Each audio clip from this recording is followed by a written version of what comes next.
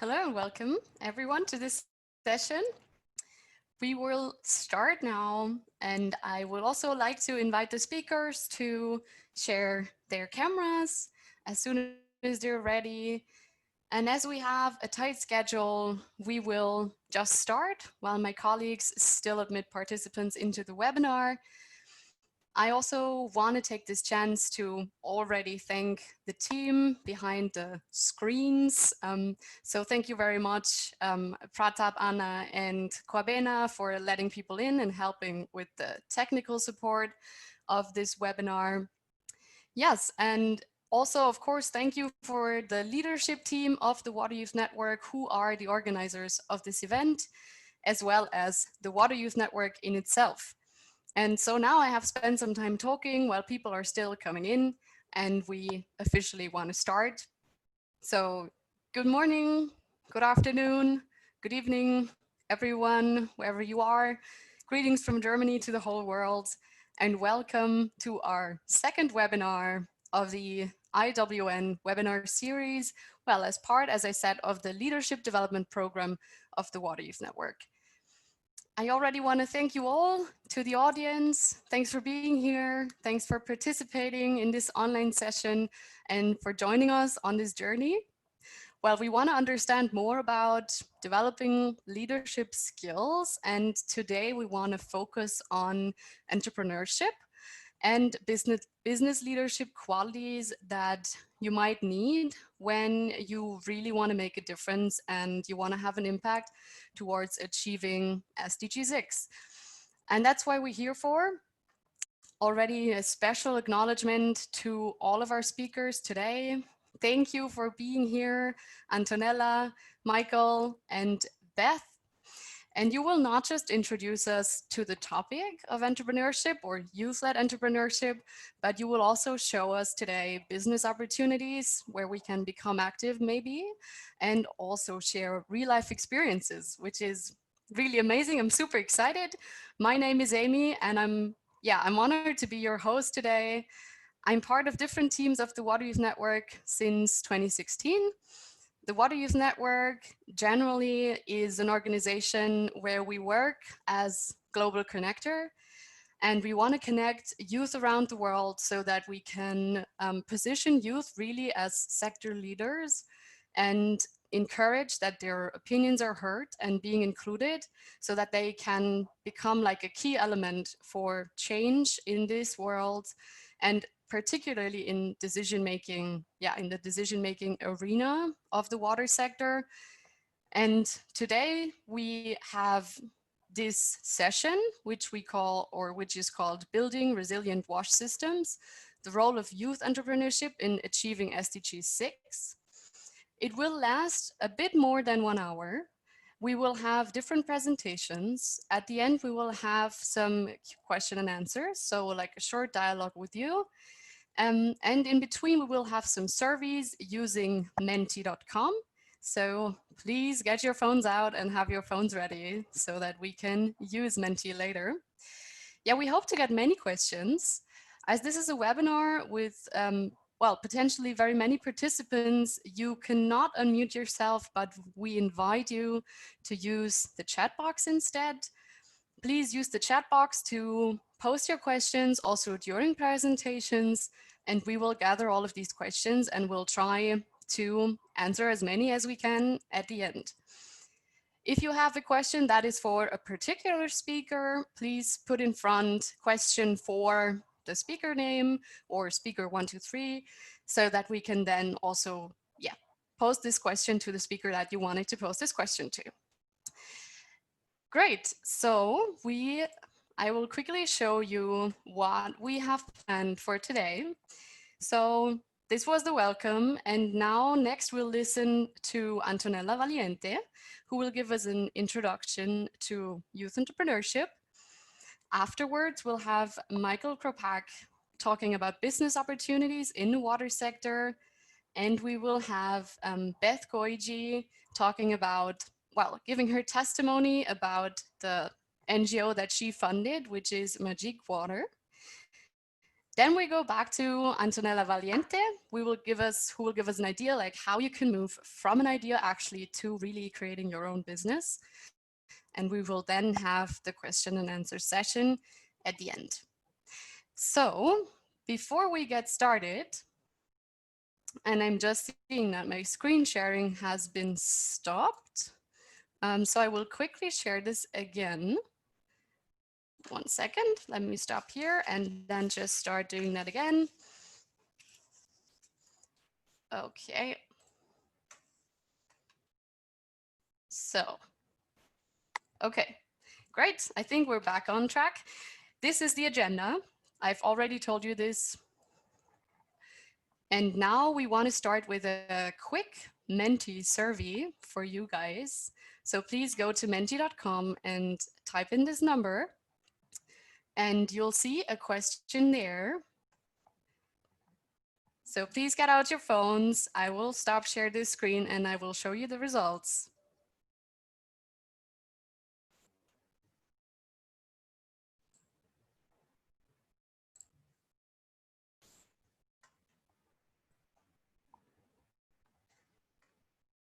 Okay, so I think everybody's probably still busy doing that. I will do it myself now as well.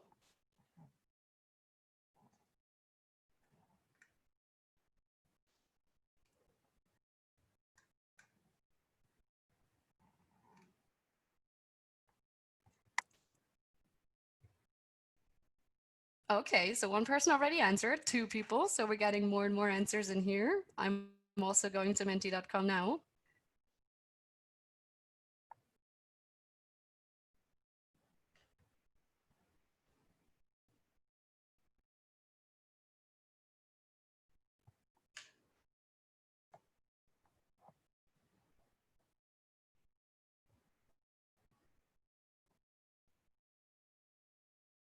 Okay, I also see we're getting some answers in the chat. So quite a few people are saying, yes, I want to do that. Do you have the intention to create your own business?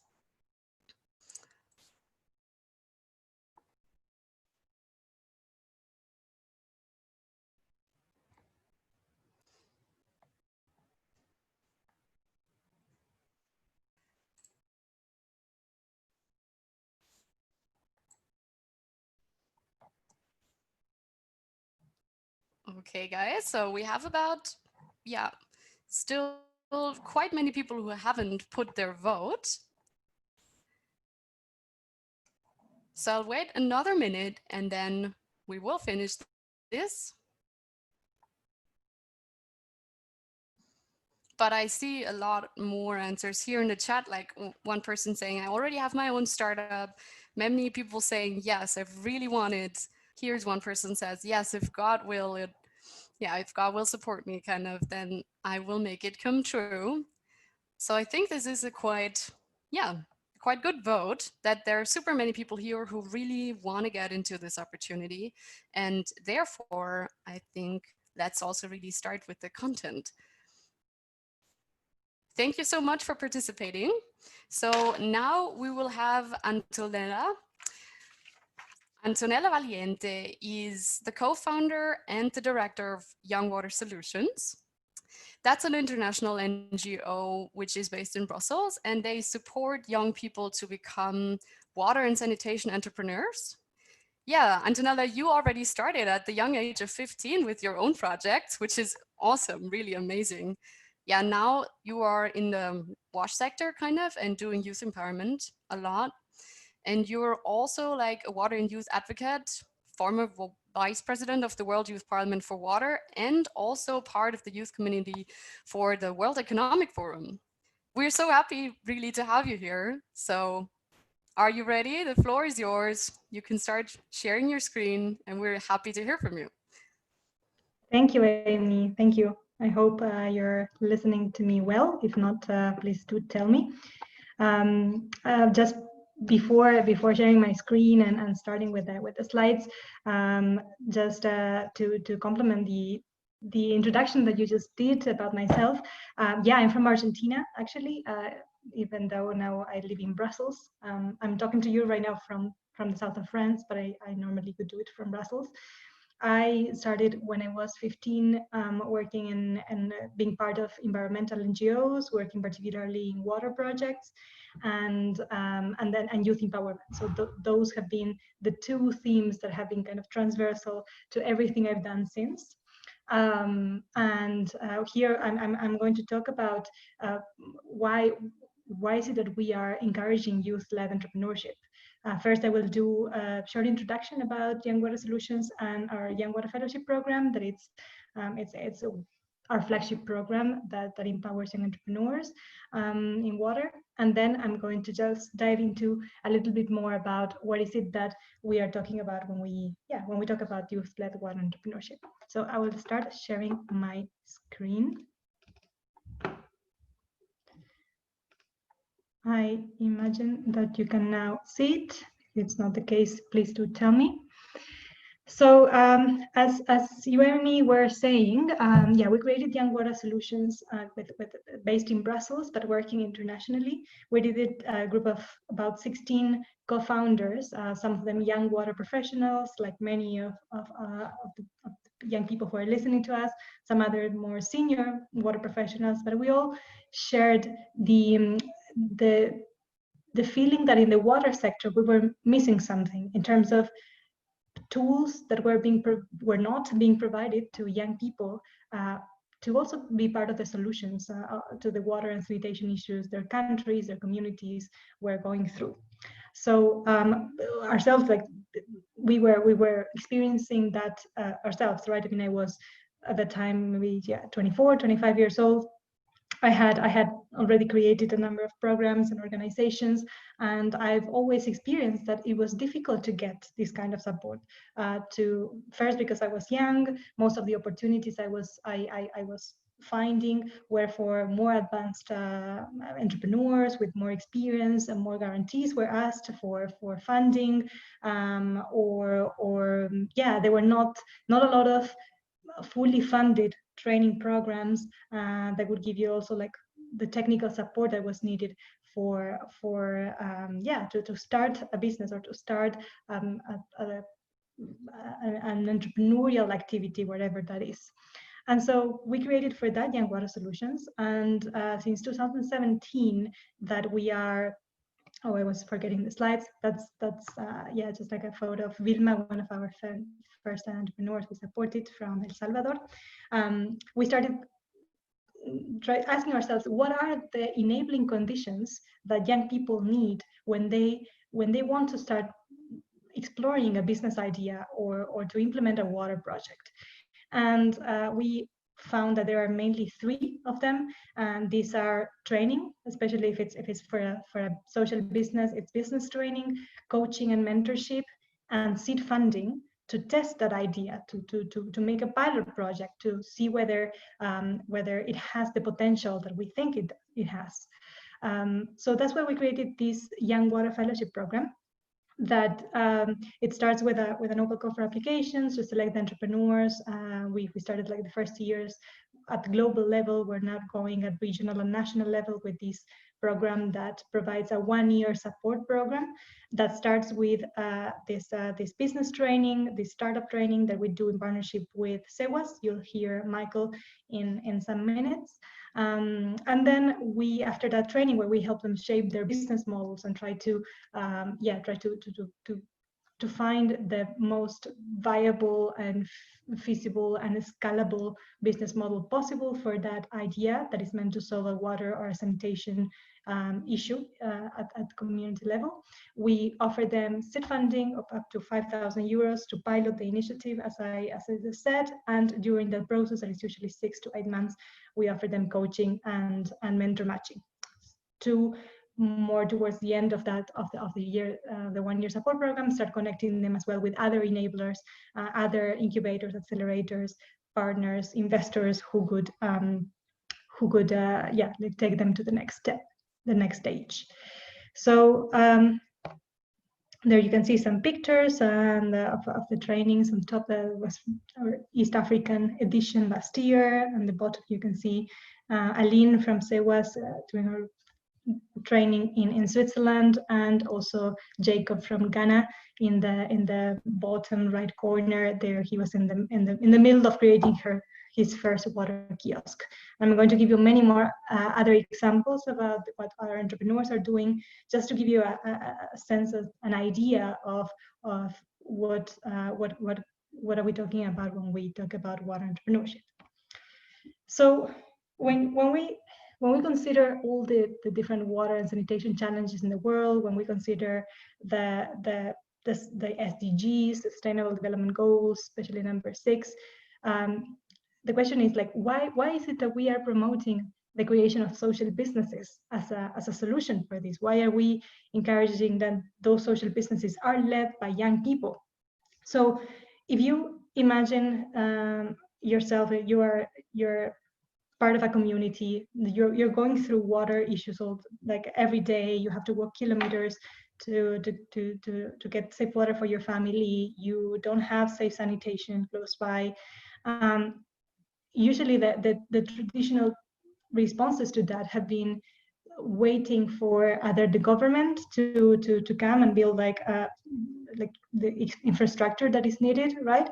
Or international NGOs, aid that would offer that sort of solutions, right?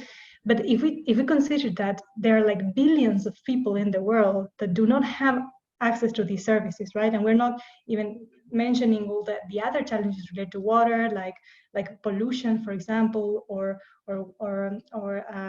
like bad governance in water, a lack of integrated safe management of water. All these are lots of issues that if they rely on only big international organizations or donations, or the governments that are struggling with so many other issues at the same time and cannot sometimes give that response, then I personally do not think that we're going to reach these targets by 2030 in just a decade. So here is when it comes the role of local people, and especially local young people that have the commitment, that have creative, innovative ideas on how to solve this water and sanitation issues that many times they are experiencing themselves, but that do not have the resources to do that. They do not often know where to start, or they are lacking the technical training or the business training, or they do have that, but they are missing the financial resources to build a prototype and to then start testing it on the ground. All of these needs resources that oftentimes are not that available to young people. As I was saying before, in my own experience, I experienced many times the lots of conditions that are hard to meet when you are just 20 years old or 25 years old, or even sometimes 30 years old, and you never comply with those. So this is just one of the reasons why we're trying to empower young people to become water entrepreneurs, and also because that other than just solving a wash issue, social businesses also tackle other issues, like, for example, unemployment, youth unemployment, community unemployment, and many others, if depending on how the business is set up. So there, in the photos that you can see at the bottom, there are some examples of some of the entrepreneurs that we have supported, just to give you like a sort of a sense of their scope. You have Anna, the first one, from Brazil. She's building, she's creating Aqualuz, which is a filter based on SODIS, so solar technology, that filters the water of rain harvesting systems in Brazil. And when she started, she just had a prototype. We helped her pilot that with 50 households, and now she has already distributed over 300 in the last months, and is starting to make like arrangements with the governments in Brazil, and also with other African countries as well, to export that technology there. You have then Isabel from Guatemala, she's a scientist. She, as part of her thesis, came up with a filter that uses shrimp shells waste to filter the wastewater of textile industries. Can also be used for wastewater toilets and many other applications. And she's right now finishing her pilot and in the process of trying to setting up a business with this innovation that she created. And then you have the third picture is Yvette from Rwanda. She started when she was 18 years old with her first water kiosk. And by 20, when we supported her with the creation of her second water kiosk, and now she has like 20 employees, has diversified her business and is providing also water ATMs and water filters and many other things that complement her revenue sources. I'm just realizing I only put women and water projects, but we're also supporting many sanitation and businesses led by young men as well. And you're going to meet them next. But yeah, so these are just some examples. The question that I'm often asked is, why do we support social businesses and not just like a traditional water projects that are led by young people? There are many young professionals who want to use their knowledge and their resources to do a project, wash project on the ground, but maybe do not in turn to turn it into a business. So why are we focusing on business only? And here I can tell you maybe the story of our first fellowship in 2017. We had a broader scope. We supported both social businesses and more traditional limited in time water projects.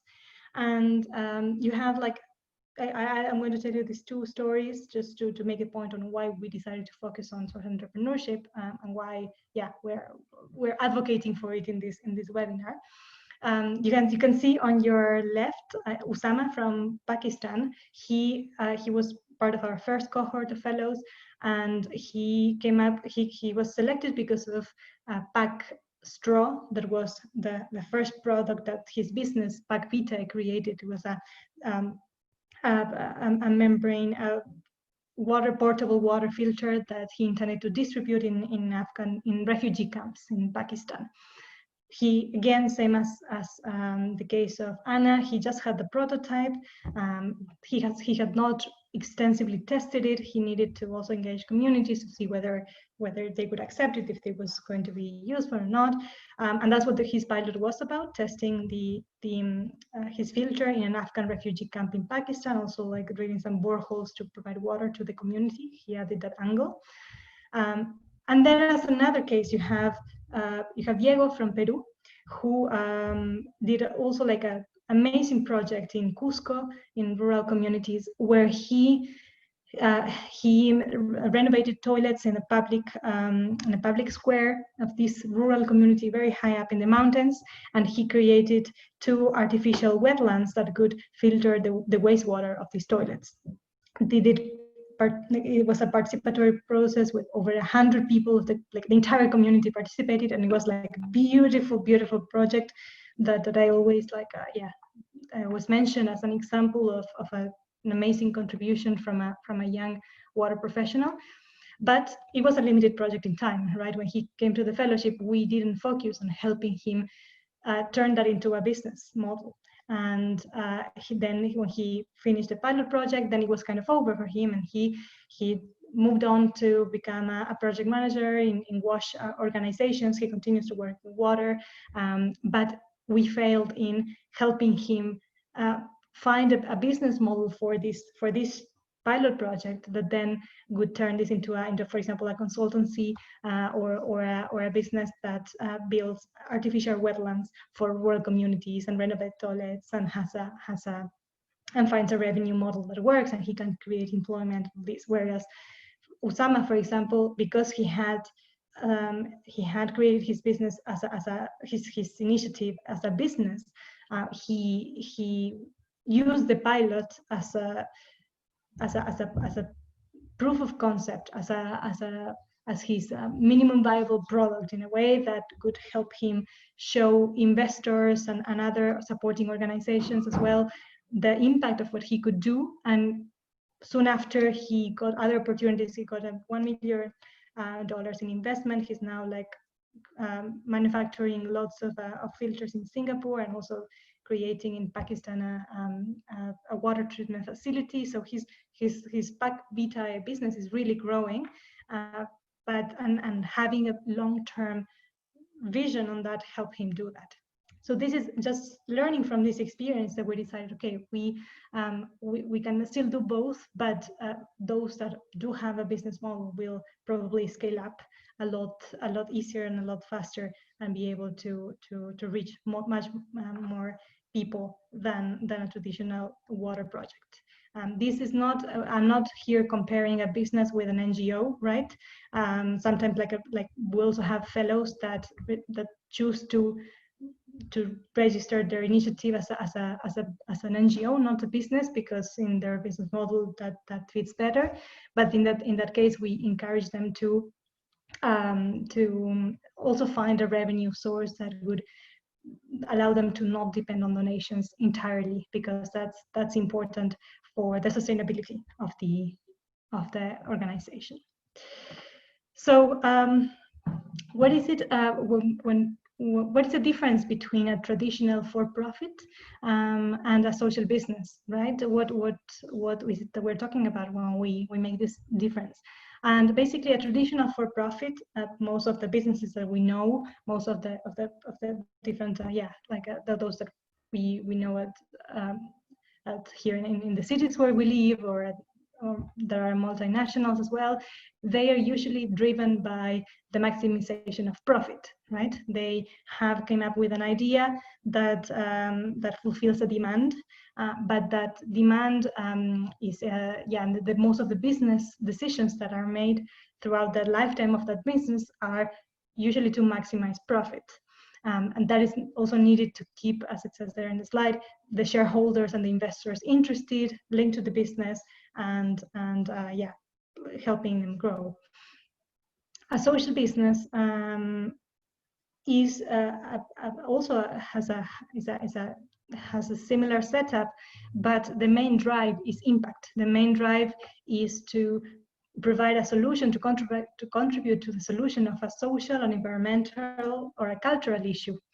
And this means that oftentimes social businesses will have smaller returns, because the decisions are often made not only to maximize profit, but also to maximize impact.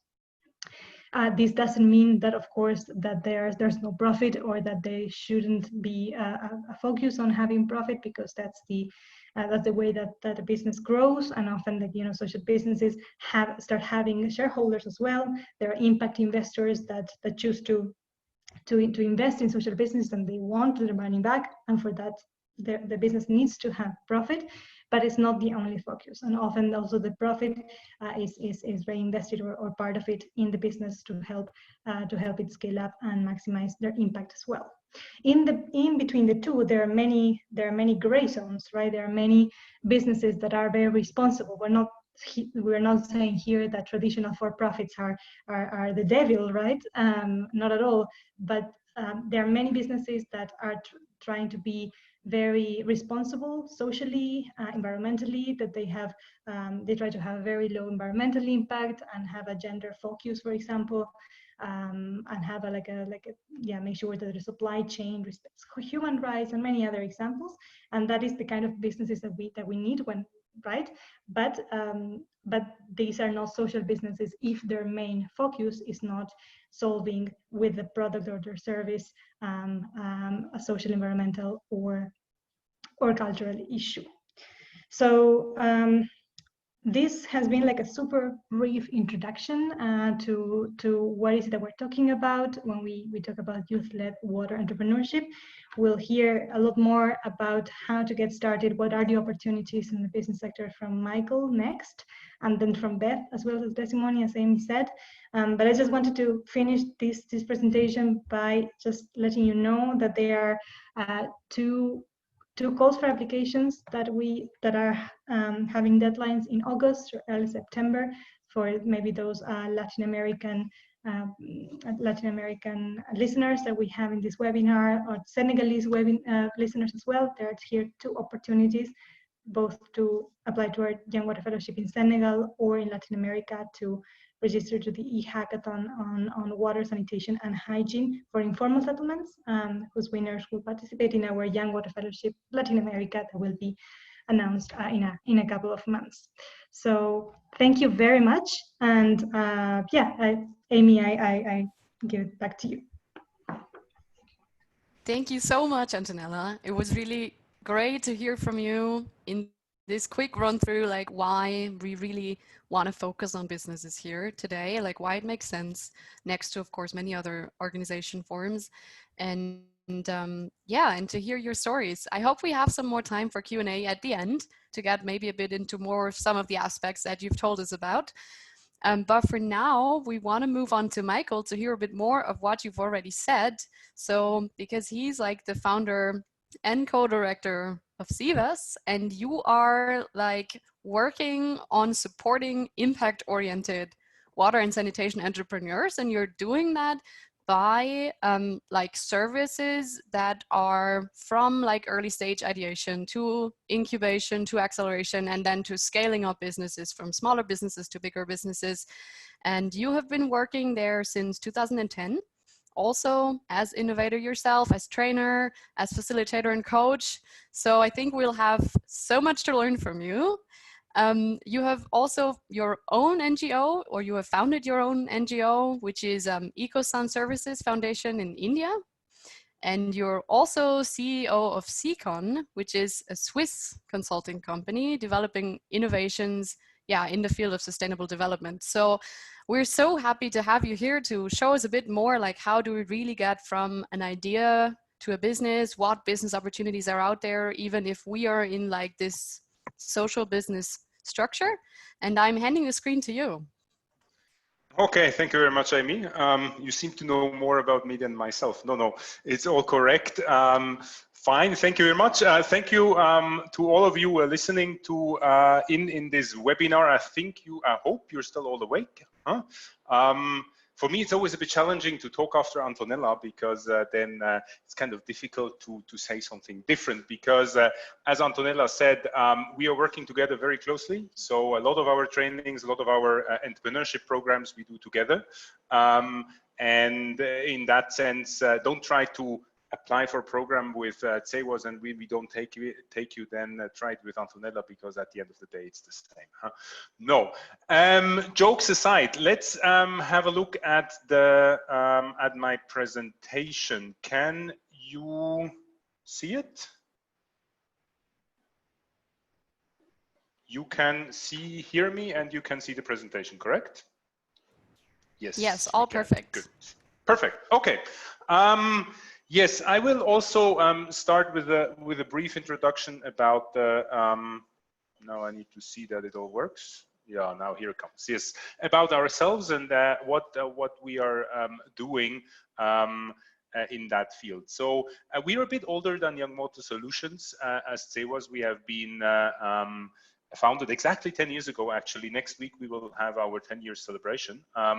And what we really wanted to do from very early point on is to, look that more impact is created in the field of water and sanitation. And back in 10 years ago, everybody was talking about private sector involvement and getting things done by entrepreneurs, but nobody was really doing anything about it.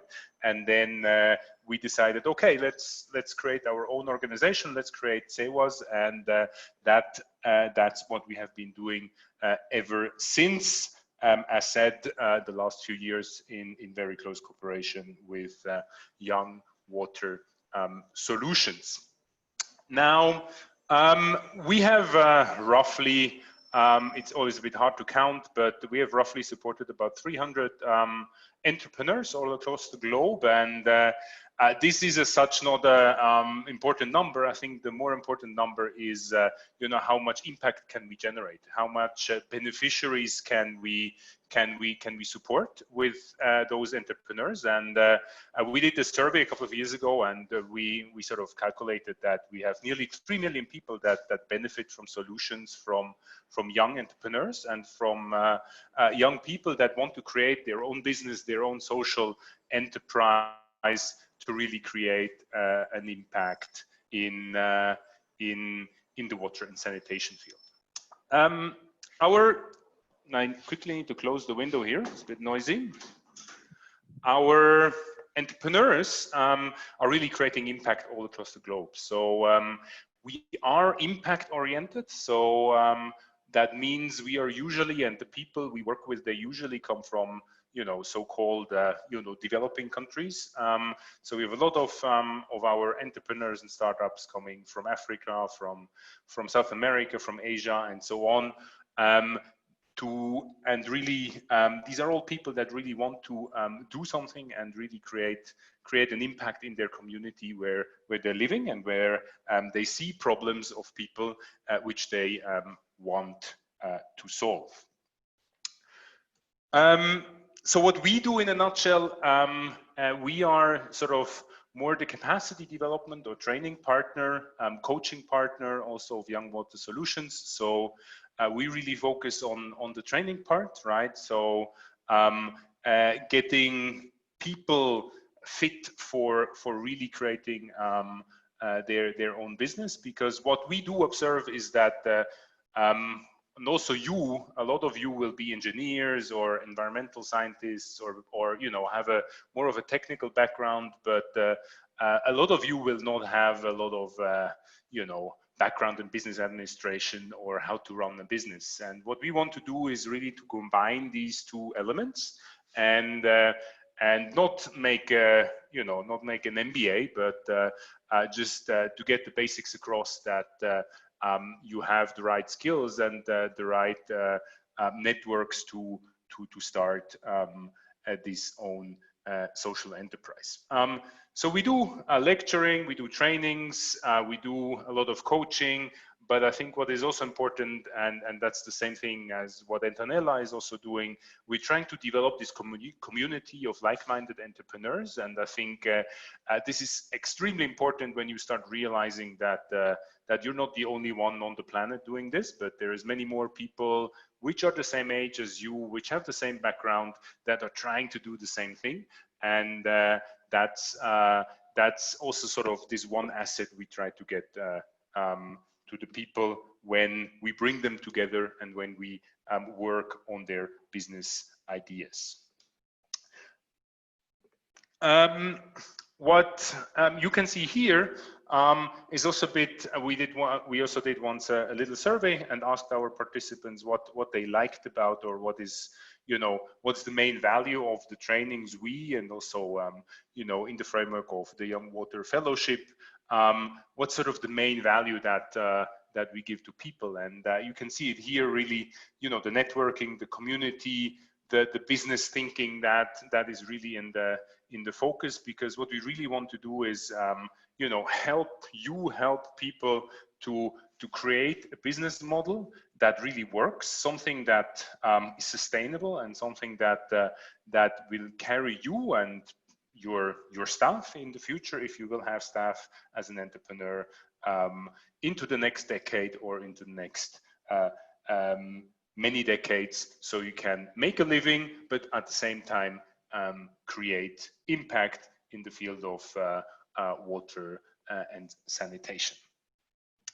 Now, of course, why are we here today?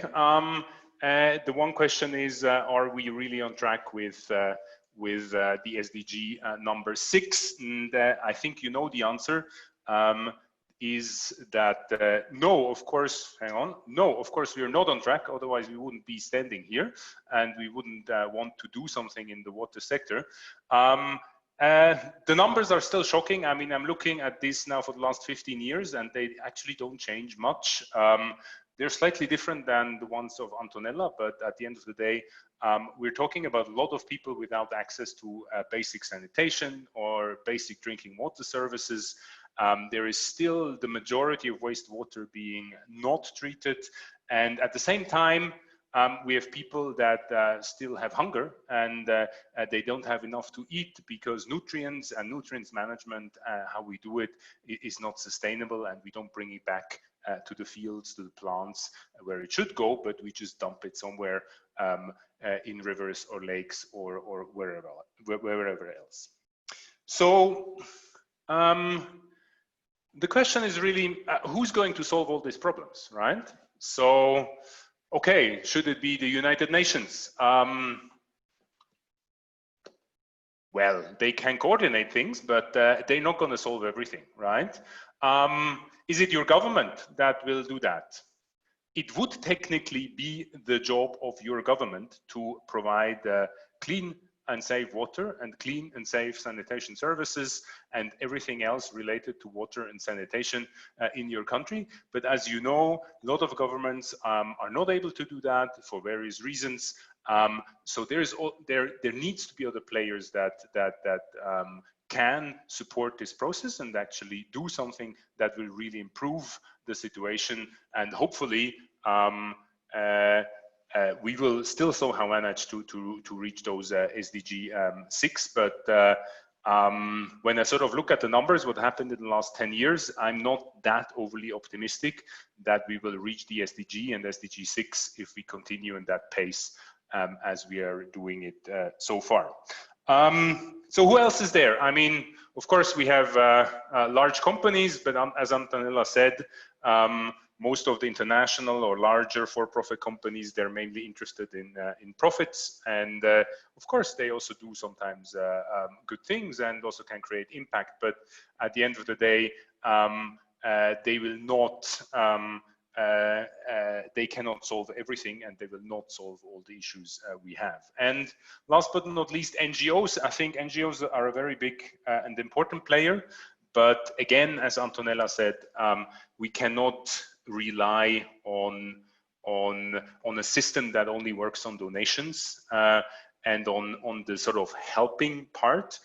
We need to find solutions where people can, have business models, and where they can develop solutions where people and customers are ready to pay because they are receiving a certain value. So, guys, the message is really, we need you. So you need to get your hands dirty, and you need to do something about this, because otherwise it's not going to happen, because you guys are the next generation and the young generation of implementers, of actors, of change makers that can make a change. And trust me, you do not need 25 years of work experience until you can start your own business, or you can start your own NGO. You can start it straight away after university. It's not that complicated. And trust me, all the guys like me and everybody else out there, we're also just cooking with water. We have a little bit more experience. We can talk maybe a little bit better, but actually the implementation and the drive and your creativity, you as young people, you are the much better fit to really tackle water and sanitation issues in your community and in your place. Now, what do you need to be a successful entrepreneur? Of course, you need a bit that entrepreneurial spirit, right? So you should see problems as an opportunity and not as just as a problem that you need to just look at. So entrepreneurs really see problems as opportunities. But the most important thing, if you want to be successful, is you actually need a customer, right? You cannot just do something or create a solution because the solution is fantastic. A lot of engineers, sorry guys and girls who are engineers, a lot of engineers first create the solution and then they look for the problem which the solution fits, right? But that's not the right approach, right? So what you really need to do is you first need to find a customer, someone with money, because if the customer doesn't have money, he's also not able to pay you, right? So you need a customer with money, whether it's this customer is a private person or whether it's a government or whether it's an organization, it doesn't really matter, but you need a customer with money, and then you need to solve a problem for this customer. Because if you believe that something is a problem, it doesn't mean that your customer actually believes that he has or she has a problem. So this is extremely fundamental, that you have to think in a different way, right? It's not what do you think is right or wrong. The thinking is much more, what does your customer think and what is the problem of your customer and how can you actually solve that? And once you found that and you found the solution, it's not that much rocket science. Of course, you should be a little bit better than others doing this, but usually that's not that hard. There is a lot of mediocrity out there, and if you're driven, if you have a good idea, if you have a good team, you can really also as a youth entrepreneur, you can solve things quickly and much better than established organizations. Now, the question is, where do you want to start a water business, right? So I live in Switzerland, and usually the weather looks a bit like on this picture here, right? So maybe it's not such a good idea to actually start a water business in Switzerland, because we just have too much water here anyway. And the other issue is that, you know, the whole sector and everything is built and done and ready and working, right? So if you really want to start a water and sanitation business, I would strongly recommend you to go or do it in a place where, you know, where we still have a lot of challenges and where we do still need to build and maintain and operate infrastructure services so people can really have access to sanitation and have access to clean drinking water services. So if you sort of look at this map, right, of physical and economic water scarcity. So physical water scarcity means there is like physically not enough water in an area, and economic is there is actually enough water, but people are just not, you know, don't have enough money to buy it. So if you really want to create a solution, and if I'd be you, I would be most probably do it somewhere here where you can see the circle, in places where people really have a problem with water and sanitation, because when people have a problem, then they will also be ready to do something about it, and for example, pay for a product or a service that you are going to offer. Now, but at the end of the day, what is very important, you cannot just land like, you know, with an airplane somewhere and then start a business. Usually, you know, you need a framework. You need to know your way around. So usually this is the place where you live, right? It's your hometown, it's your village, it's your city where you are working, because here you have your friends, here you have your family, they can help you with things. You know the legal framework, you know the politics and the dynamics. You might have access to better financing options, and you will also find people and friends and that have the available skills and capacities to actually help you with starting up your own enterprise. And further on, what you also need to know is a bit, you know, the market dynamics, right? So what I always tell our entrepreneurs, you need to know the words and the hip words currently in the sector, that what is going on, right? Where is innovation driving? Where are things happening? And you need to understand that, and you also need to drive on those waves to be able to find this opportunity and niche to create your own business, because trust me, nobody's waiting for you, right? When you're doing a business in this field, I mean, it's niche, it's a hard work to get into it, but we believe it's very rewarding, because once you sort of find your twist, you can really create a lot of impact and reach a lot of beneficiaries out there that really need water and sanitation services really badly. So there is a lot of, you know, overarching larger developments, like, you know, increased urbanization, population increase, or, you know, the demand for water is rising, the demand of our energy is rising. So in this water, food, energy nexus where we operate, there is a lot of niches and opportunities also for you to start a certain service or to develop a product that can help satisfy the needs of a certain group, right? Now, the thing is, it's not me or not anyone else who's going to decide whether you're successful or not.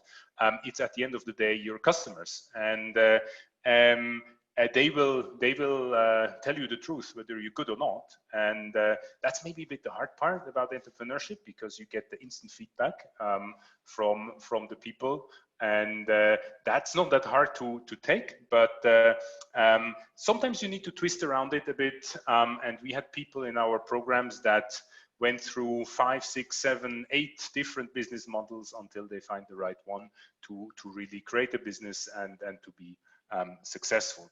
So there are many opportunities, right? So I don't think it's you're not going to reinvent the wheel, right? You're not going to reinvent water again, right? And you're also not going to reinvent the water filter again, because there's already hundreds out there on the market. But you know, there's also medium-sized innovations and twists in services and technologies. Also, maintenance is a big issue. Then you know, what is happening also in the last years a lot is this whole energy recovery, biomass, this sort of linking again the water with the food and energy nexus. That part is very, very interesting. Irrigation, I think we're never going to run out of issues and potential for improving irrigation practices, recovering nutrients in agriculture as well, or have new innovative ways in how you can actually save water in agriculture, like, you know, the whole boom we see in aquaponics or other types of services all across the world, right? Food waste, also another issue, food processing, and we're also not just talking about products, right? I mean, we talk also about services, about knowledge management, stewardship, integrity issues. I mean, there's lots of things you can do in water and sanitation that go way beyond just, you know, providing like physically water or a sanitation service to people. I mean, if you want to have a look around, right, and I think that's also one key message I want to tell you. When we talk about water and sanitation, this is just way more than really just the actual provision, right? Now, if you look at this graph here, we did a survey amongst our startups, right, and entrepreneurs we've supported, and if you sort of look at it, right, yes, we do have classic sanitation and wastewater management startups. We have classic water supply startups, but then beyond that, it's really diverse, right? You have a lot of water resources management. You have a lot of resource recovery and reuse, waste management, you know, organic waste management that's very closely related to sanitation, and also other businesses that are somehow related to water and sanitation. So be open, think, be creative if you're looking for an idea and a niche where you could actually start your own enterprise in the field. And when you also look at this graph, it's sort of the same survey, but just in a different setup right now. Yes, we do have those classic product guys, right? Engineers building filter, engineer building wastewater treatment plant, right? We do have those entrepreneurs and they're important, but if you were one of those guys that goes into infrastructure, I have to tell you one thing is that it takes a very long time and it takes a lot of money to be successful with a product, because you have to go through the whole cycle of product development. You know, you need infrastructure, you need investments, so that takes a long time, huh? But with other ways, you can enter the market as an entrepreneur much quicker. For example, you know, all kinds of services. I mean, you need yourself, you need your brain, and you need a laptop, and you can start working, right? I mean, we had lots of enterprises that were exactly doing that. And I know, because you're sitting here in this webinar, you all have a brain and you all have a laptop. So out you go and start your business, right? Consulting is not rocket science. It's something that you can do. If you have a good overview on a certain topic, you can make your living and you can make money and you can create impact by just doing that. And of course, there's more capacity development, advocacy, awareness raising, more sort of the NGO type of work. But we don't have a problem if you want to start a business as an NGO, as long as you create impact and as long as you can, you know, find a business model where you can generate revenues. There is the difference between NGO and social business is, from my point of view, not relevant. It's really about more what you do and how you create impact. And maybe coming to my last slide, a lot of you might also think, okay, if I'm an entrepreneur, I'm gonna go door to door in my neighborhood and I'm trying to sell whatever, toilets or water. I mean, yes, your individual end users, households, is usually the most important customer segment our entrepreneurs are working with, but it's just like when you look at this graph, it's only 41%, right? There is many more customers out there you might not have even thought of yet, right? So a lot of our entrepreneurs, they are having governments, they're local governments, national governments, international agencies, NGOs, other businesses really as their customers, and about a third of them, 27%, are really in the classic B2B business. That means business to business model, that they're not providing anything to individual households, but they're actually providing services for other businesses. So the opportunities are wide open, right? And I believe it's worthwhile thinking to start your own business in the future in water and sanitation. It's not easy. You will not get rich in 2 years or 3 years. It might take much longer, or it will never happen. But trust me, I founded now 3 different companies, and it's a lot of fun. You can do whatever you like. You're your own boss. You're also your own cleaning lady and your own secretary and your own everything in your business, at least at the beginning. But it's really something that's rewarding, because nobody's telling you what to do and nobody's telling you whether you can actually buy a new pencil for your work or not. So do it. It's fun. We need you, and we need many more people that are creative and want to really change the world. So thank you very much. Thank you so much, Michael. It was really interesting. I think I'm getting into the spirit of like thinking more like an entrepreneur. So I hope many other people feel the same way. And I'm also happy that we're now having like a real, let's say a real example from Beth Koigi as next up. And we can hear more like how she dealt with it. And she's a Kenyan entrepreneur and working on improving access to water for off-grid communities. And I think I've already seen a few questions that are going into the direction of like, what could I do in like arid and semi-arid areas? So I think this will be like a great maybe way to see what you could do. And so Beth is founder and CEO of Magic Water. And yeah, so she's harvesting clean drinking water from the air, which sounds super interesting. She's an alumnus of the Young Water Fellowship, which is run by Young Water Solutions. And she will tell us a bit more about herself and what she's doing right now. Please, Beth, the floor is yours. Hi, everyone.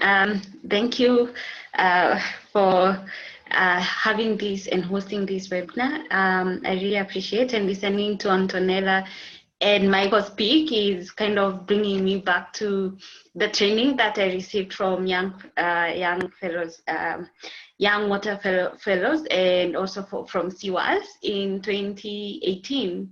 So thank you, Michael and Antonella, and great to see you. And thank you, Ami, for hosting this. So again, I'm Beth Koigi, and I'm from Kenya, and I'm the CEO and co-founder of Magic Water. So we are based in Kenya, but we are very open to working in other regions, and I'll give the reasons for that. Yeah, so I'm going to share my screen with everyone. So can you see my screen? Yes, now it's there.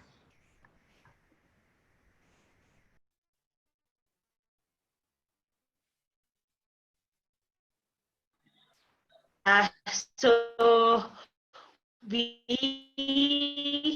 from air, a huge water resource that has been tapped since 1900. It's new and it's not been using since water from air, including indigenous from basically all over the world, and it's not some trees get their water. There are some animals that get to their. It's not entirely a new concept, but in this area. Beth, sorry, your voice is breaking. So I think an idea. Okay. Okay. Beth, I think we cannot hear you very well. I suggest, Beth, that you turn off your camera and we just see your screen. That way, maybe connection will improve.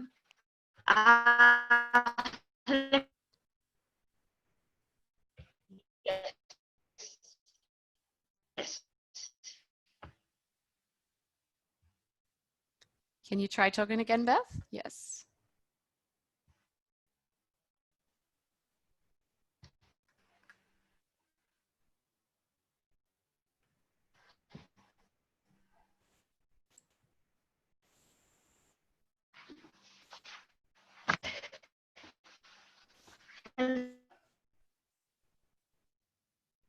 Are you there, Beth?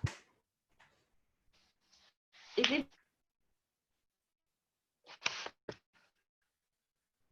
Yes, I'm here.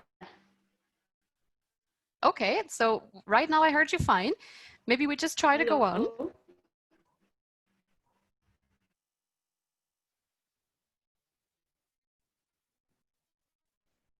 Let me just stop the share. I think we've been just fine, so maybe you can just go on talking.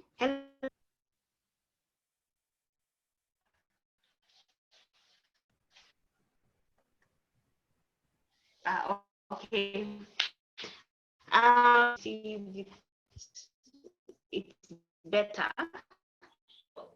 I think everyone here impacted the world and all the challenges the world is. Wherever you are, it may be available. It may be the form or water challenges are water challenges, and that's why water is a huge. Beth, I'm really sorry, but we cannot hear you. Would you maybe want to try to connect because again? of the...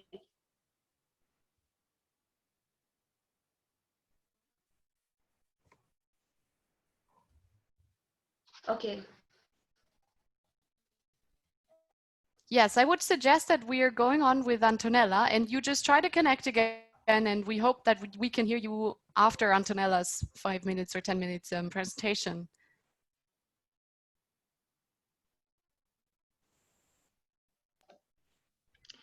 I will start then. Yes. Perfect. Okay.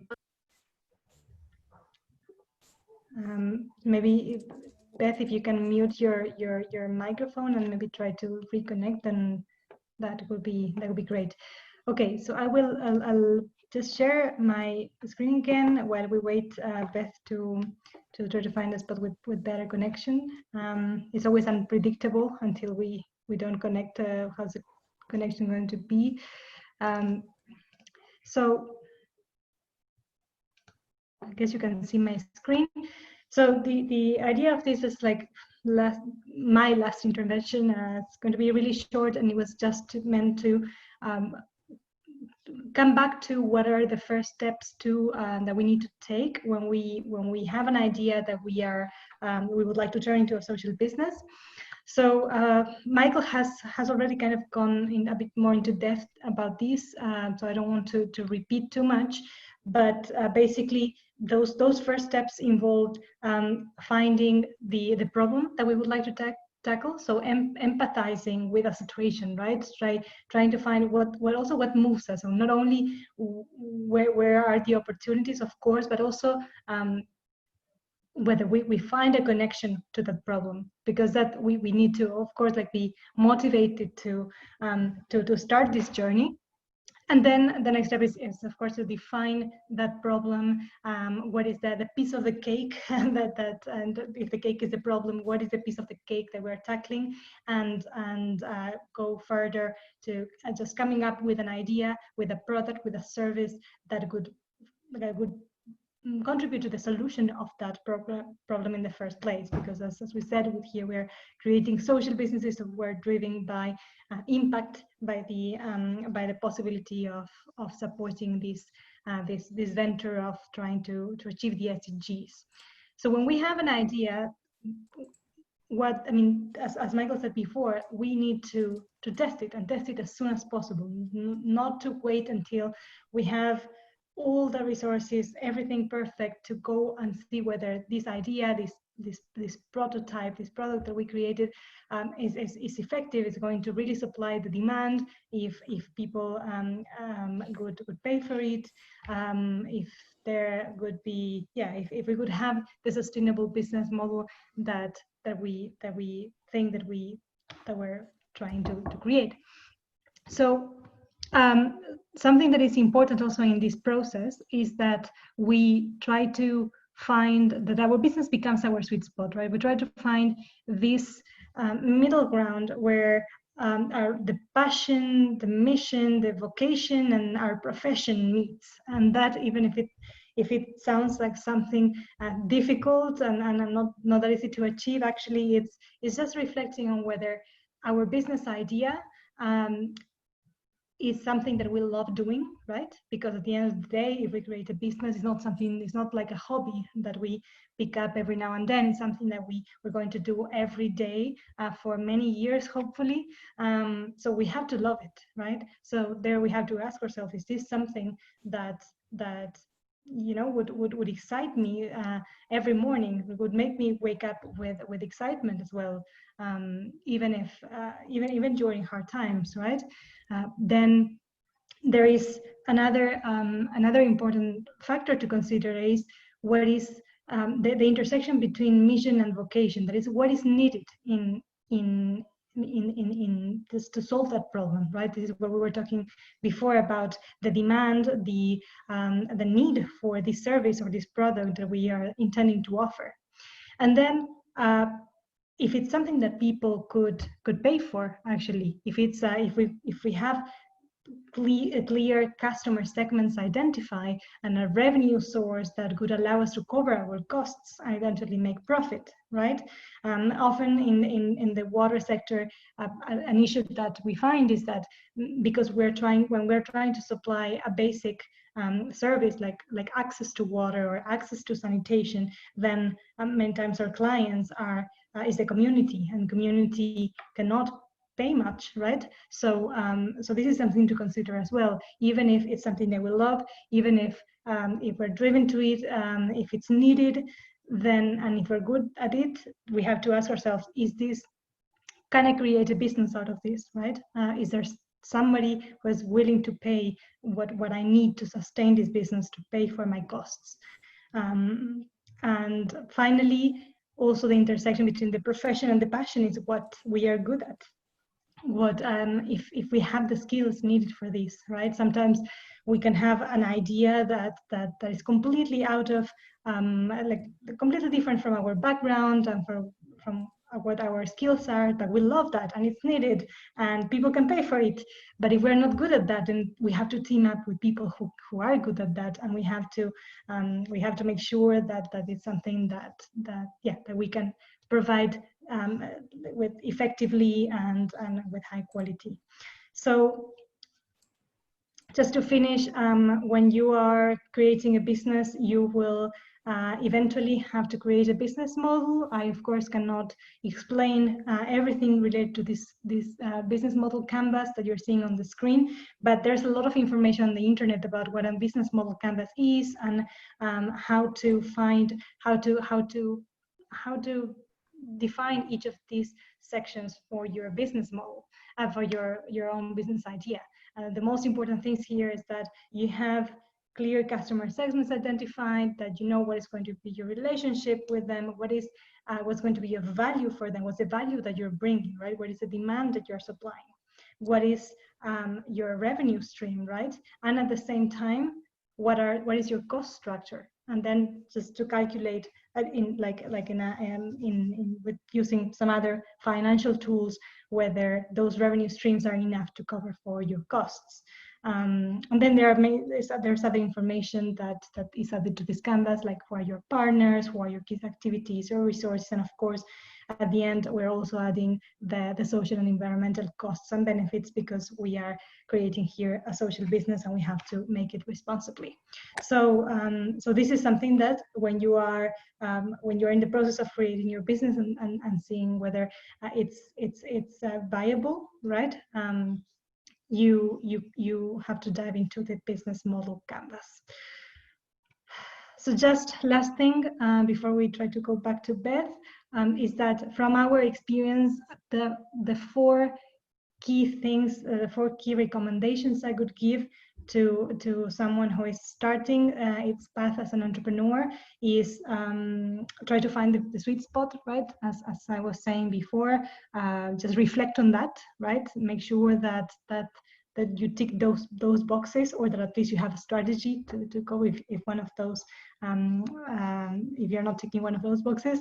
And then start small and don't wait too long to fail, right? I mean, this is something that we see every year with every edition of our fellowship.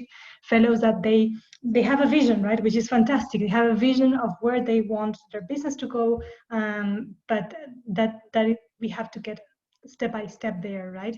We cannot expect that when we're piloting our business, we are already having the sometimes, depending on what it is, right? For example, I can think of fellows who came up with an idea of this integrated, super fancy public toilets with rain harvesting water integrated to flush the toilet, and with a water kiosk just next to it, and which was fantastic, right? But of course, that is super expensive to start with. And if you somehow manage to get all those resources that you need to do that from the very beginning, and then it fails because there's no demand, because people do not want to pay for it, because many other reasons, then you have a problem, because you have invested a lot of money in something that does not work. And that is why we talk about piloting, and we talk about this minimum viable product, that is testing at a small scale what your solution is, and yeah, and if it fails, and then it fails small, right? And you can go back and improve your prototype, improve your service idea, your idea, but then you have then the time to expand and to grow if it works. But yeah, so start small. I cannot emphasize this more. And don't underestimate costs and overestimate income. That's also an important one, especially if your clients, if the community are your clients, right? Because then you, this is something that happens over and over. Then we have like, yeah, the community cannot cover for the cost structure, right? And then we depend on donations, and then it becomes challenging, right? So just make sure that you calculate all the costs that your business would have, including employees, including permits, including investment, infrastructure, technology, just everything, and calculate whether the revenue, that the realistic revenue that you are expecting does cover for that. And sometimes that don't happen. Maybe in the first years you would need some grants, you would need some extra support until you can break even, right? But if you realize that in the first 10 years you will never break even, and you will always need like more money to be able to cover your cost, then there's something in the business model that is not sustainable. And the last one is have a team, find a team. This is also one of the challenges with many of our fellows, especially those that are scientists, that they started doing research and they came up with their innovation or their business idea in the university. Many times it's their idea, right? And they do not have a co-founding team, and therefore it's challenging, right? Because you cannot sometimes do everything on your own.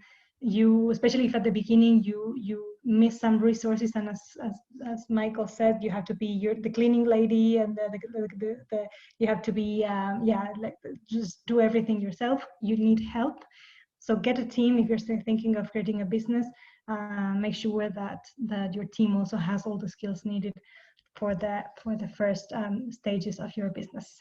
So yeah, that was this 5 or a bit longer minute presentation, and happy to continue discussing with the Q&A after that.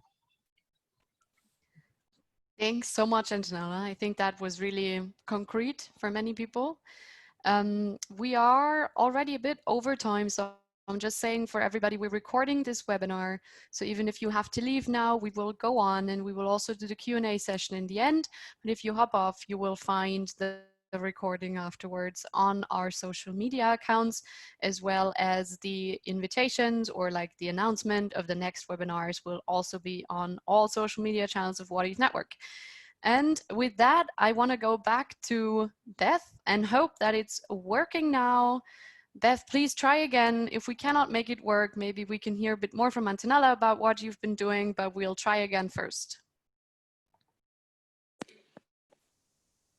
Hello.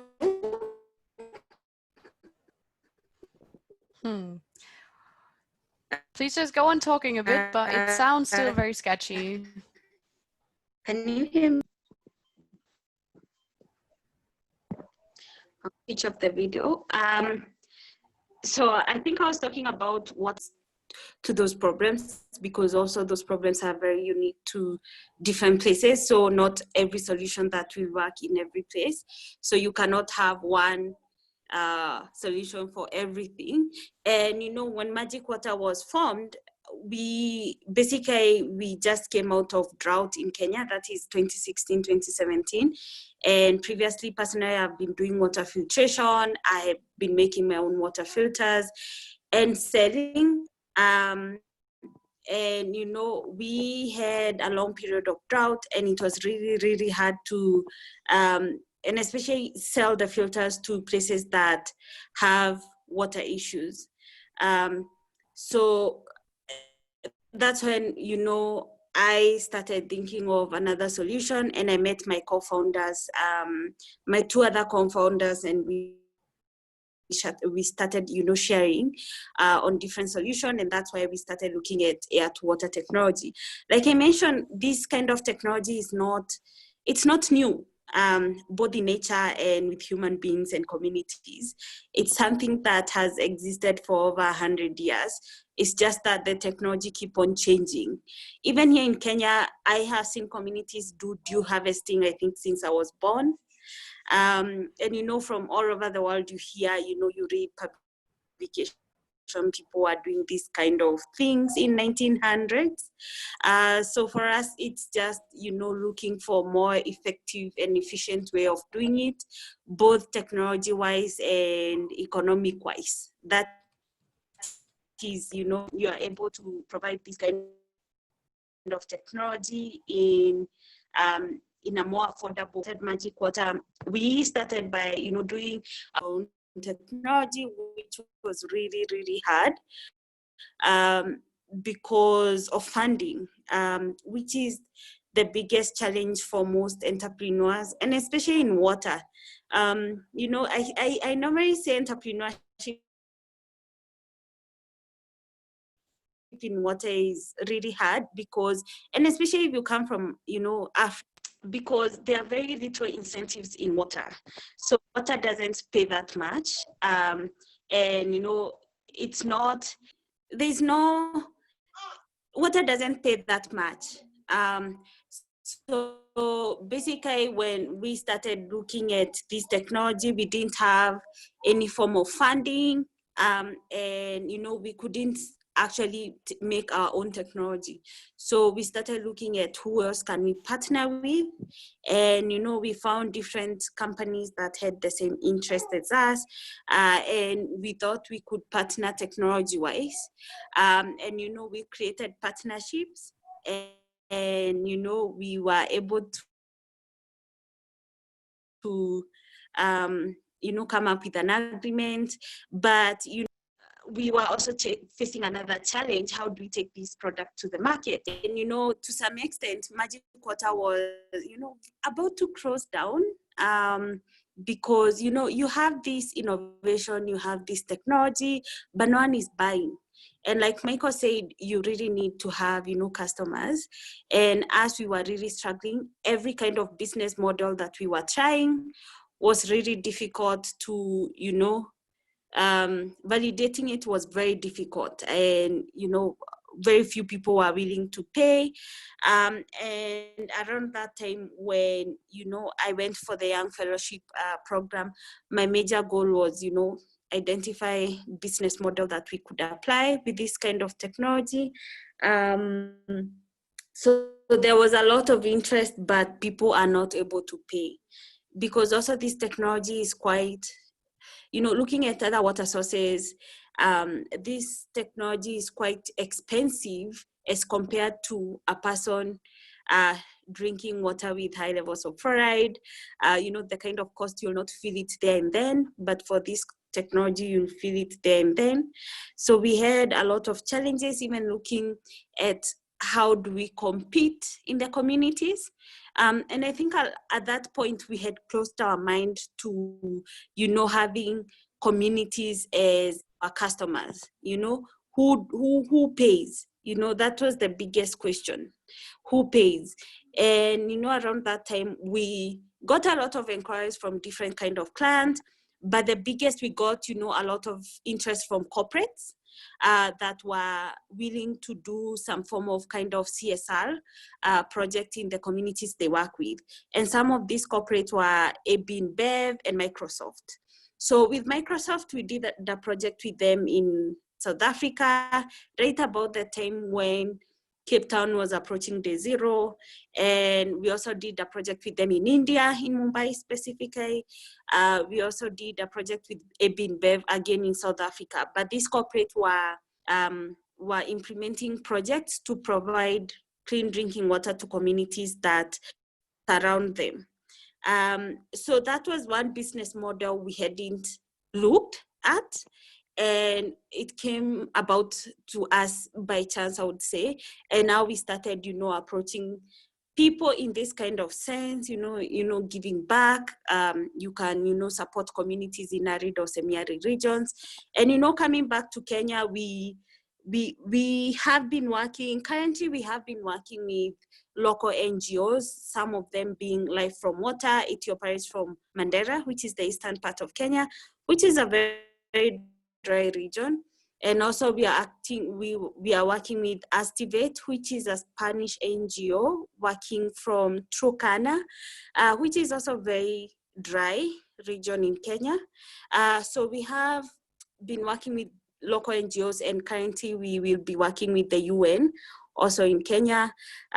So, the biggest question when it comes to water, any business model in water, it's who pays, because most of the time we confuse the person paying with the users. The users are many, but the person paying is the hardest to come about. Yes. So in a nutshell, that is about Magic Water, and I'm happy to share more in Q&A. Thank you so much, Beth. I think that's really interesting because we can just move on into the Q&A session, because one question was actually like in rural areas where there are not many jobs, so that customers don't have so much money, then like how will you find the person who pays? And so here some person said, is it correct that then the possible customer will be the government? And maybe also Antonella and Michael, you have some more advice, like what can you do when it's not so obvious to you, like who will be the person who pays? And also Beth, again, you've shown like how you solved it, but maybe there are more ideas what you can think of if you're in that situation where it's not so obvious. Shall I? Or yes, so I mean, that's the art of entrepreneurship at the end of the day, right? So finding out who decides on the whole buying process, right? I mean, I give you a very simple example, right? Now, if you're 3 years old, like my son, right? And he wants an ice cream, right? So obviously he wants the ice cream, right? He will be the final beneficiary of the ice cream, but he's not going to pay for the ice cream, right? So there's someone else who's paying for the ice cream. So it's either me, but maybe I'm run out of pocket money. So somehow it's the uncle. And there you have already in this very simple example, you have already many people involved, the uncle, me, the son, his brother, and so on, who actually framed this decision-making unit on who is going to buy something or pay something for a service or a product. And I mean, this is the case in any situation, right? If you deal with a corporate client, I mean, you have so many decision levels to go through, and you need to understand that, right? And if you go to rural areas, as the case was here, right, where maybe your final beneficiaries have zero money, then obviously you cannot base a business model on those people. So you need to find another solution. So either maybe entrepreneurship is really not the right thing to do in this place, because entrepreneurship is good, but it cannot solve all challenges we have in water and sanitation. Or you find another customer, either a government or corporates that do corporate social responsibility, or you find another way in how you can actually provide a service and also provide a value to certain customers. So it's really different from country to country, from village to village, and that's why entrepreneurship is interesting, because we don't really know what how it works and how it's going to happen. And just to be don't discourage you from starting a business in water and sanitation. As Beth said, water and sanitation don't pay very well. So if you want to become rich, go into IT or into mining or into oil business or whatever, but not in water and sanitation. But I think we do have our moral obligation to do something here, and we need to be more creative than the oil business people, right? So sometimes you will have to find 2, 3, 4 different customers for the same product at the same time to actually cover your costs. And that's something very normal, especially in sanitation. Water pays bad, but sanitation pays really bad.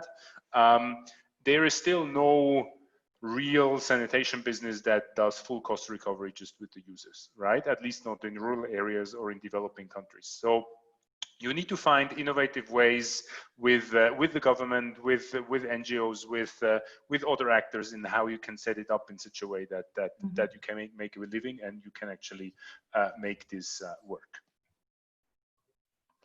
And just to add to that, just some concrete examples. Some of our fellows, like Beth, they are focusing on. I mean, the revenue comes from selling the service to people, to corporates, right, who can pay for it. So in her case, Beth's case is particular because her technology is useful both for corporates that need to create water from the air for their own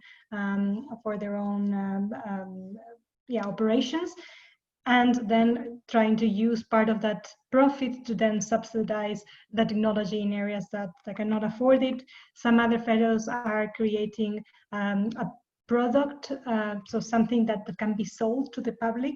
Like Michael, you had one with in Switzerland with a bottle, right? It was like they were selling a super nice water bottle to also corporate clients and people who could pay for it, and then they could use the profit to do water projects, right?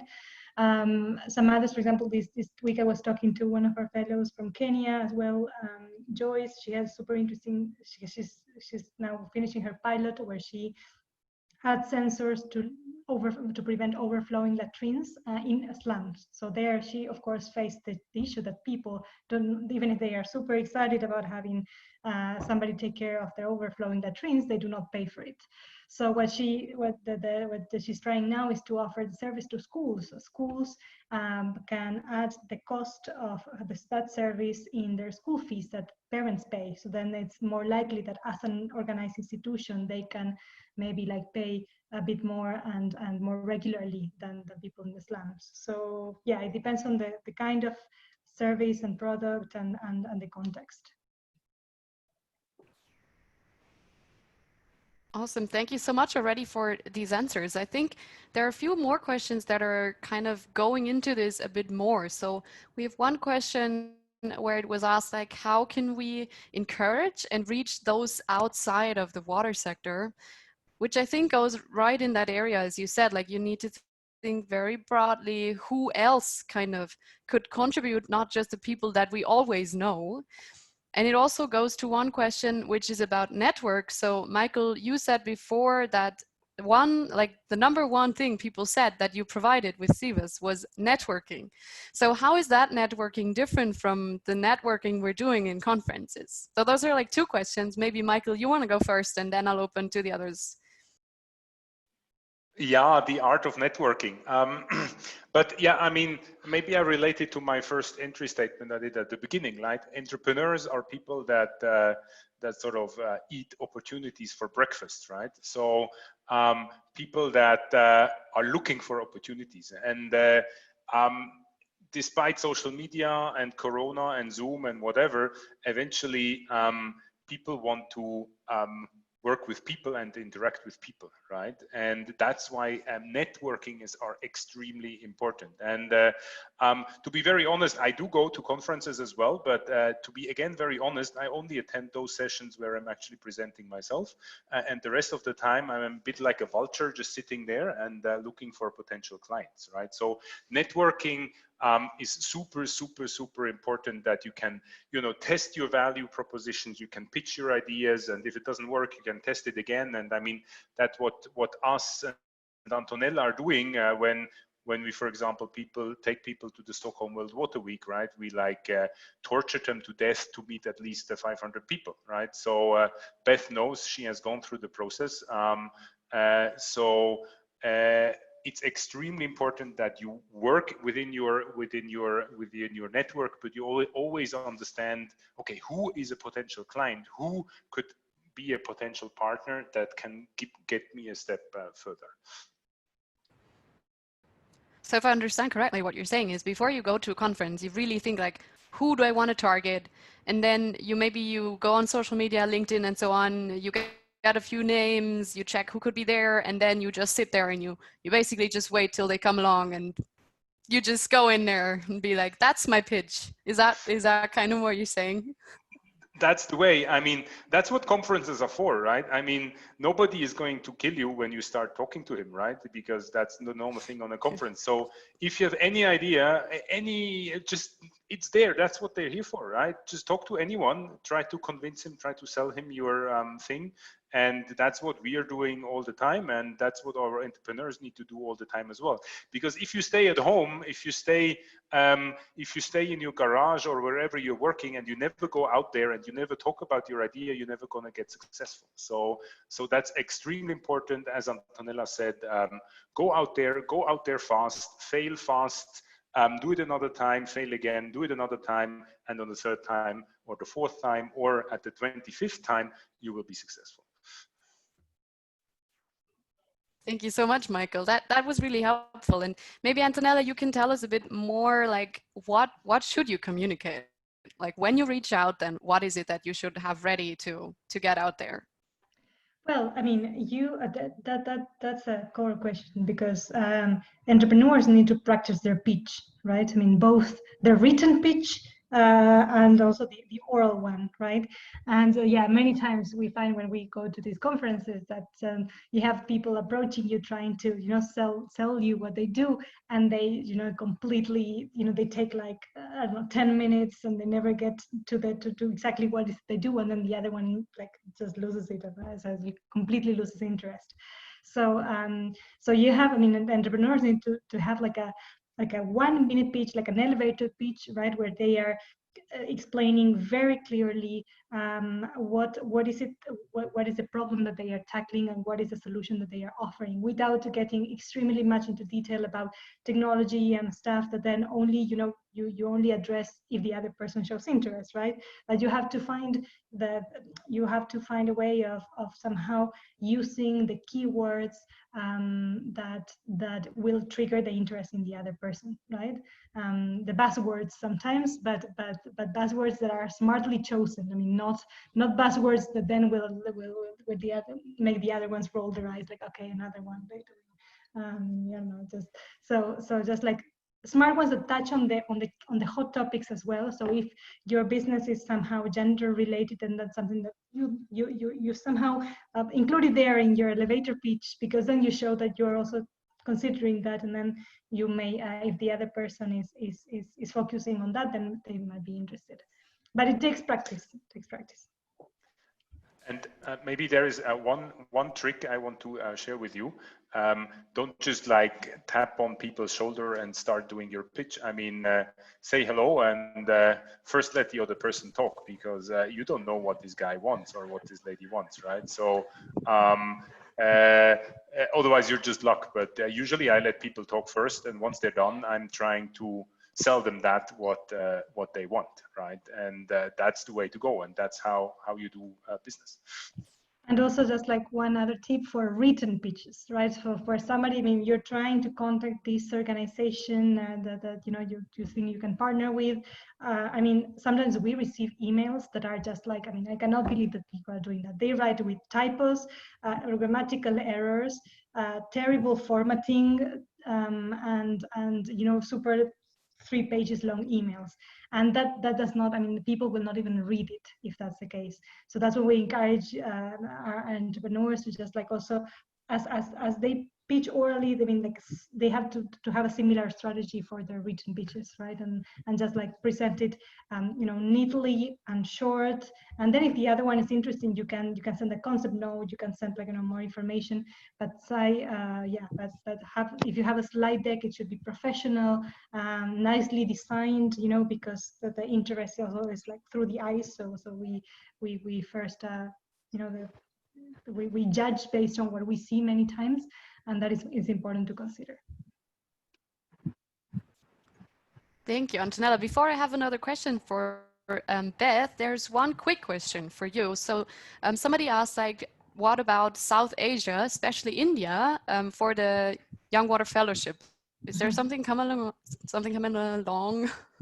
Yeah, yeah. We started first with these global editions, but then we decided to focus more on regional and national editions, so as to be able to support more entrepreneurs from the different regions. And we are, we are still like not like a super huge organization that is running 10 programs simultaneously, right? So we're working to get to South Asia and Southeast Asia and India.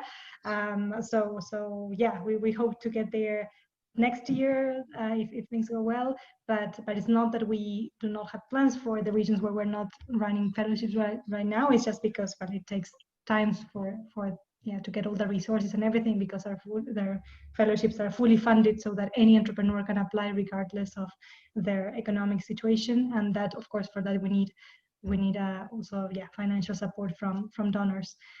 We had like an email like the other day. We communicated the launching of our fellowship in Senegal and received this email saying, "You always neglect South Africa."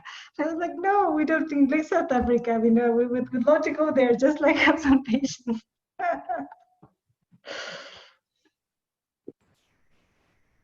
Great, thank you. Yeah, so I suggest you just follow also like Young Water Solutions on their social media, and I'm sure once they have something in your region, you will actually see it. So sorry, yeah. Sorry, Amina, just tell them that to sign to our newsletter. In our website, you can sign up to our newsletter. That's the first place where we announce our fellowship. Also, of course, like social media. So yeah, they should do that.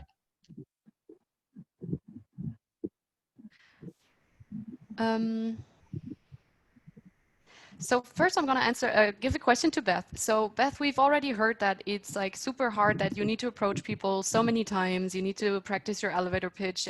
And I'd just like to know, like, how did you find the energy, and how did you find the, also self-consciousness to always keep on doing that? Maybe you could share a bit of your journey.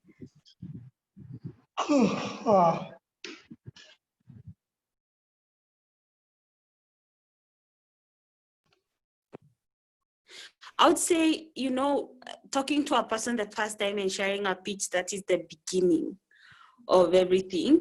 The hardest part comes when a person tells you to, send either document or send more information. You have to send more detailed information, more information about the technology, about, the sales and everything. I felt that was the hardest thing, preparing such kind of documents that are professional looking. And, you are a startup, you are, like Michael said, everything. So you're the one, creating them. Maybe you don't have even the expertise to do that. So that is the hardest. And, that is, I think that I found a lot of help from, Young Water Solutions. I kept asking and, talking to Antonella, do you have this? Do you have that? Just asking, can you help us with this? Because also it's good to recognize your limitations, so that you also don't lose businesses, trying to do things that you're not able to. So, just, joining such kind of fellowships and, and things that support water entrepreneurs, it's really helpful, and especially when you're beginning, because you can get advice and assistance on such things.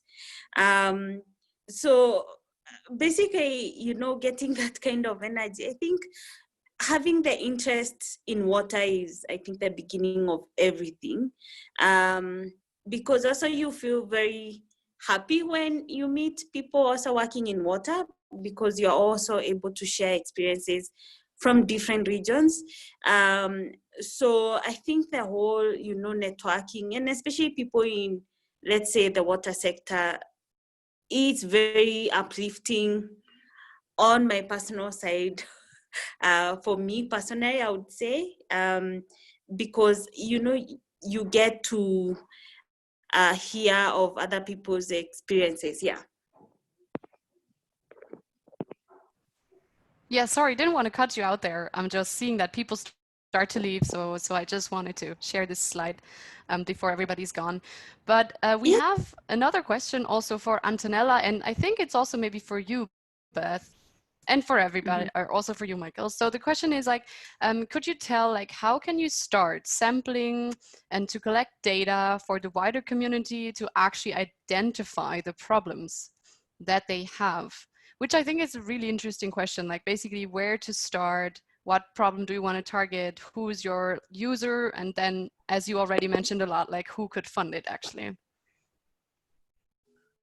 So maybe Antonella, can you go first? Yeah, sure. So, I mean, what I imagine that they're thinking on how, I mean, like when we were talking about the first steps, right? How you identify the problem and then you define the concept and you try to validate it and to find what, get feedback from the community. So how do you do that? So I would say, I mean, there are different ways to do it. It also depends on the kind of problem and solution and the context, whether you're tackling a community or you're tackling a wider like wider scale, like a region or a country. But I think that for there are surveys that can be made, focus groups, just talking, just knocking doors, talking to people that are in your community. I think that it's important to not only focus in the problem, but also start like if there is such an effort, right? An effort to design a tool to gather data from the community to validate the idea. It should not be only focused on the problem, but also on the solution that we already kind of have in mind, right? If that's the case, about the problems itself, you can also find a lot of information. I mean, you can. There is some information online. There's research about I don't know, wastewater issues and water access and hygiene and whatever is the issue that they're tackling. But of course, it's important to also talk to the individual customer and see whether like this, especially the solution that is going to be proposed meets their needs. Michael, next. I think you're still muted, but I can unmute you. Yes, sorry. Okay. I have a very strong opinion on that one. This question comes a bit from the mindset of what you all know, right? And this is university, right? And then you are, taught by professors in, okay, you do big data analysis and do research project and statistical analysis and, go there in 6 months data analysis. And then once you have all the data, then you actually think about the solution. Now, entrepreneurship, in my point of view, works different, right? It's not about big data collection, at least at the beginning, right? I mean, what we want at the very beginning is we want to figure out whether you actually find customers that will pay you something, right? So what we do a lot in our entrepreneurship programs is that we give people 3 hours to develop a prototype, and then we send them to a market or to the mall and try to sell this stuff, right? And we really want to sell it, right? So you need to create a value and people need to buy things, right? And this is, for an entrepreneur, the biggest,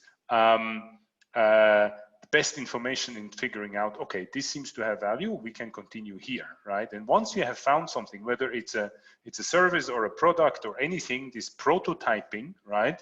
Once you have gone through this and you are sure, okay, there are people out there who want to buy this, then you can go into data collection. But don't start into a 6-month data collection process before you don't actually know whether anyone is interested to buy anything. Thank you so much. Yes, I think you're absolutely right. Beth, do you have any more things to add to this question? No. Oh, okay, perfect. No, because we're running really late. So we have one more question. If it's okay with you, I would just post that and then we're finishing this session. So the last question is for Antonella and for Michael. So how do you measure the impact of the initiatives you support? The question is, how do we do it, or how can somebody do it? Okay, just how I'll answer a bit more in general first. I mean, the impact measurement is definitely very important when you're already operating and you want to prove the kind of impact that you have, and to do it in a way that is not just numbers that you say that you have, but also backed up by other by evidence. And for that, you have to define who your beneficiaries are. You have to define impact indicators, right? So you have to kind of like break that down and also then design a methodology to go to the ground and ask your beneficiaries to give you feedback about that, right? It can be we do it with our fellows through surveys, right? Our fellows are in lots of different countries, so we do through surveys to fellows and the reports that we get from them and monitoring the projects, right? But there are different ways to do it according to the type of business. But it's a very interesting and very challenging topic that I think that many of our organizations are struggling with, because it's definitely important, but it's also easy to do it wrong as well, not to define the right indicators or to meet to do it in a way that is not really reflecting reality. Thank you so much, Antonella. Also, thank you so much for having been here. If any of you guys need to leave, that's absolutely fine. We have gone way over time. So I just want to say thank you from the Water Use Network. And if you have to leave, just leave. And now, Michael, maybe you want to say a few words also to like impact indicators. Very quickly. I mean, obviously I hate that stuff because it's all about monitoring and reporting and evaluation, and it's not about creating businesses. So I'm also not a big fan of it, but I actually learned to like it because when your customers, when it's the currency your customer is looking at you, right? So how many water points have your entrepreneurs provided? How many sanitation solutions are there running, being maintained regularly? Like how many people manage to get out of poverty because they have now a job in the water sector, right? If this is the currency you're being measured, right, then obviously you need to do a very good job to show your clients that you can really excel in that field. And basically that's what you want to do, and keep it simple, keep it stupid. That's always my advice. But focus on a few very a few 5, 6, 7 indicators that you really want to measure, and you can really show how you're creating impact. And I think that's the way to go in my understanding. I think just to add to that is that it's important to know what are as Michael said, what are what's the information that you're being asked to show, right? In the case that you receive donations, you have one of your clients is a donor. Some of them are interested in numbers, big numbers, impactful ones. Some others, like it's in our case, they are interested in also in testimonies, for example. They do not care. I mean, for them, numbers do not mean much. It's also about, like how you can show evidence from beneficiaries directly. So, for example, from Beth's beneficiaries in the orphanage where she did her pilot project. I mean, what do they have to say about how Beth's technology changed their lives, right? So it's about knowing what is important to your partners, and not overdo it too much. I tend to do that. I am guilty for that. Yes, Michael says yes, because I tend to overdo it. But yeah, it's important to find the middle ground. Awesome. Thank you guys so much. At least I can say from me, I've learned a lot. Also in the chat, I'm seeing very positive responses. And I now want to quickly invite Kwabena. He just wants to also thank you as the speakers, and then we'll finish this session. Yeah, hello. Thank you very much, Antonella, Michael, and Beth, for honoring our invitation to be part of this amazing session. We are most honored to have you, and thank you to all the participants for joining us today. Hopefully, we're going to have more interesting sessions for you guys to join and learn more. since this decade has been declared as a decade of action. And the fact that the SDG 6, the achievements on the SDG 6 have been slowed down. We need to do more as youth. We need to invest more of our time, more of our energy, and come up with more entrepreneurial ventures to help solve some of these challenges that are in the water sector. And Antonella and Michael, I hope we can take forward this partnership and come up with more interesting sessions. I mean, I've seen the chat, some of the questions that some of the participants are asking, and I see a lot more enthusiasm of the youth in entrepreneurship and these aspects. So I'm hoping that we can take this partnership forward and design or come up with more sessions and hopefully we can offer some certificates, because I see most of the participants are asking for certificates. So I think if we're able to come up with more sessions, more interesting sessions, and participants are able to join most of these sessions, then we can go ahead and issue some of those. So thank you very much, and I hope we can take this partnership forward and achieve greater things. Thank you. So thank you, Kwabena. Thanks, everybody. We will close this session now. Have a good day. Okay, thank you. Bye-bye. See you soon again.